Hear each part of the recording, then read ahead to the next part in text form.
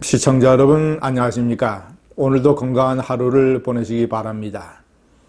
북한 정권이 남한 국민에게 저지른 각종 악행과 탄압 이런 것을 역사상 처음으로 북한 정권으로부터 금전으로 보상받을 수 있는 길이 열렸습니다.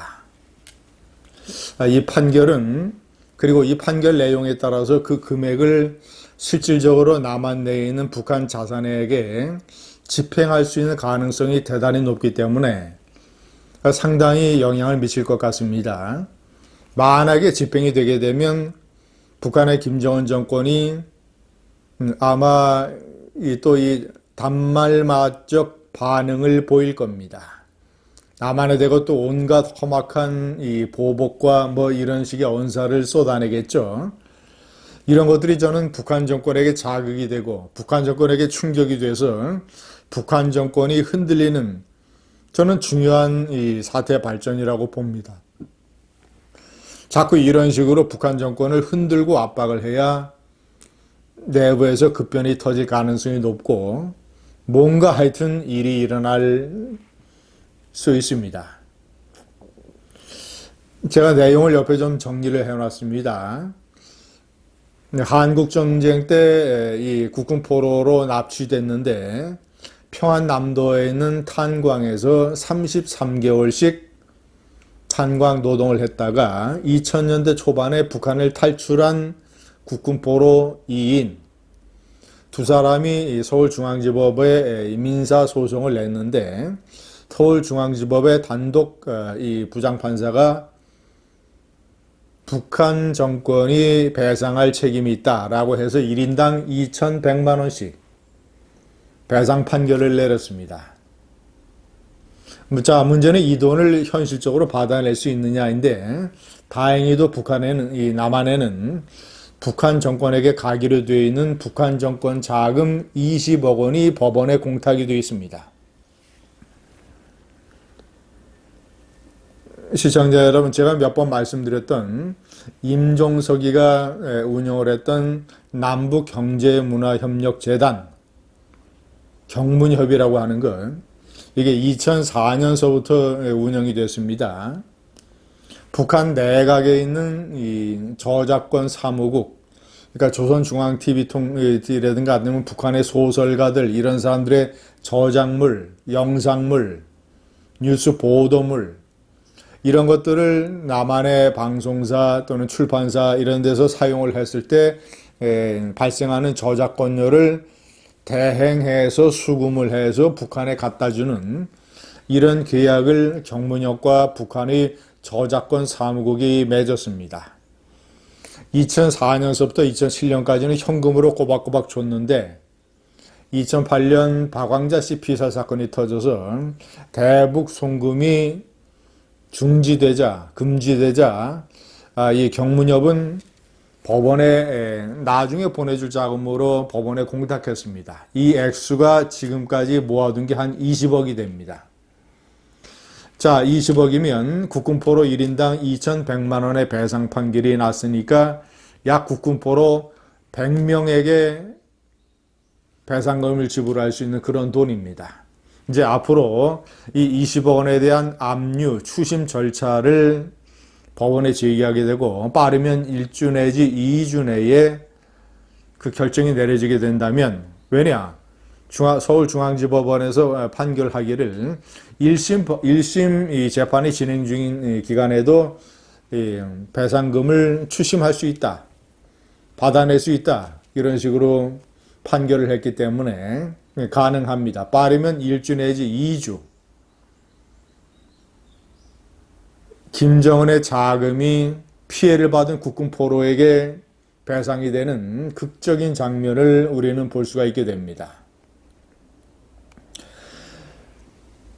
임종석은 이번에 외교안보 특보로 임명이 됐습니다. 참 기가 막힌 일이죠.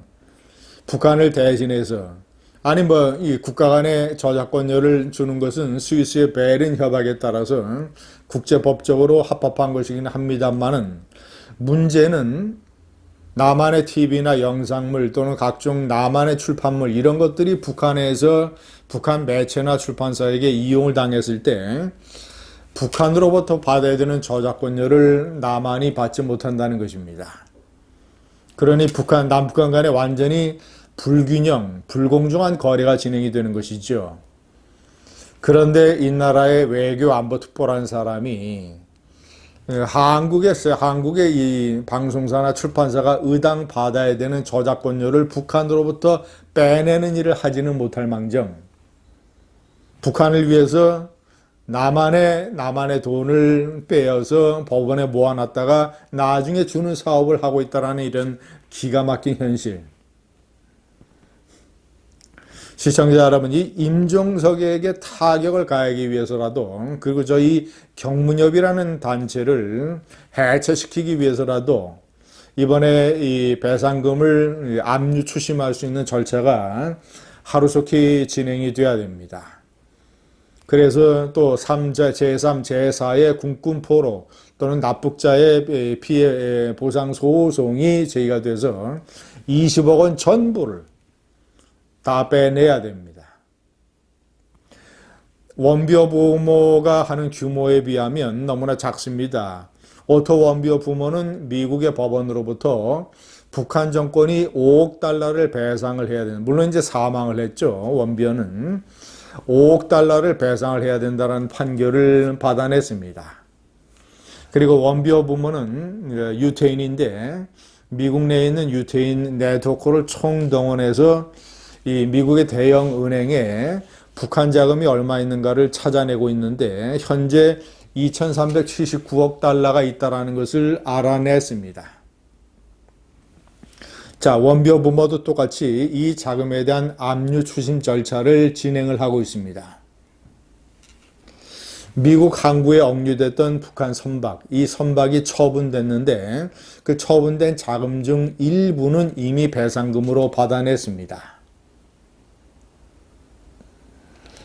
자, 원비어 부분은 뿐만 아닙니다. 역시 이 유태계 네트워크를 총동원해서 주 베를린에 있는 북한 대사관이 건물 중 일부를 유스 호스텔로 영업을 해서 현금 유로화를 벌어들이던 것을 스탑시켜서 유스 호스텔 영업을 중지시켰습니다.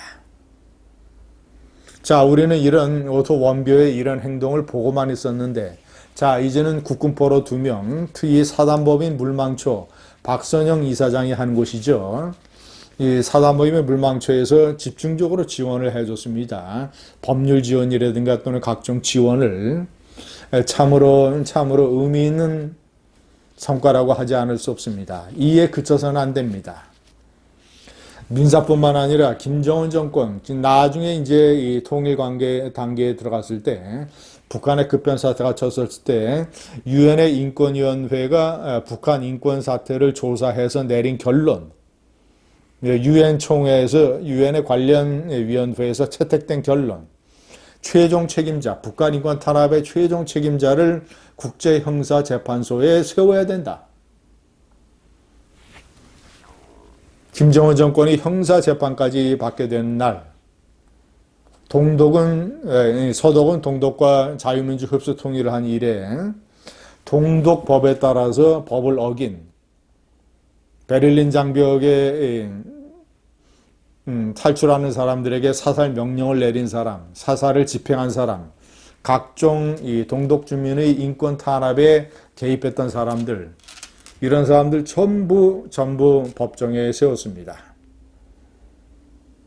감사합니다.